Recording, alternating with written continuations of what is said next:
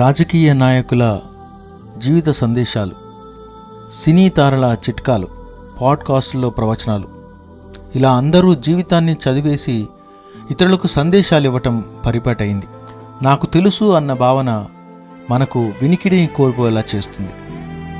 విశ్వంలో, ప్రపంచంలో, ఖండాల్లో, దేశంలో, రాష్ట్రంలో, జిల్లాలో, చివరికి నా గ్రామంలో ఎన్నో విషయాలను గురించిన అవగాహన నాకు లేదు. నాకు తెలియదు అని నేను గుర్తించాలి. నాకు ఇష్టమైన కొన్ని విషయాలను గురించి మాత్రమే నేను శోధిస్తున్నాను, వీక్షిస్తున్నాను, ఆస్వాదిస్తున్నాను. చాలా విషయాలపై అవగాహన నాకు లేదు అన్న స్పృహ మనందరిలో కలగాలి.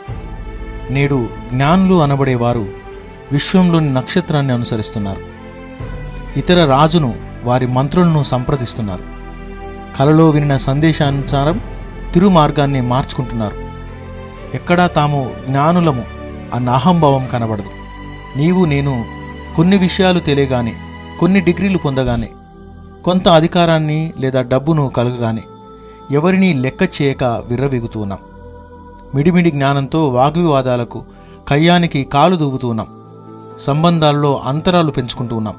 నిజమైన జ్ఞాని తన యొక్క అజ్ఞానాన్ని గుర్తించగలుగుతాడు. తెలియనిదే ఎక్కువ శాతం అని చెప్పగలుగుతాడు. దైవార్చనలోని సాధారణ కాలంలో చివరిదైన 34వ వారం క్రీస్తురాజు పండుగగా, క్రిస్మస్ కాలంలో చివరి వారం అధికారికంగా జనవరి 6న యేసు సాక్షాత్కార పండుగను తిరుసభ మనకు అందిస్తూ ఆయనను ఆరాధించమని, మనలోని అజ్ఞానాన్ని, అవినీతిని సమర్పించి ప్రసన్నులు అవ్వమని ఆహ్వానిస్తుంది. సూర్యకాంతి వలన చంద్రుడు ప్రకాశిస్తాడు. క్రీస్తు దర్శనం ద్వారా మనం ఆయన వెలుగును పొందుతూ ఉన్నాం. జీవితపు సింహభాగాన్ని దేవునికి, దైవక్రియలకు అంకితం చేస్తూ జీవించుదాం.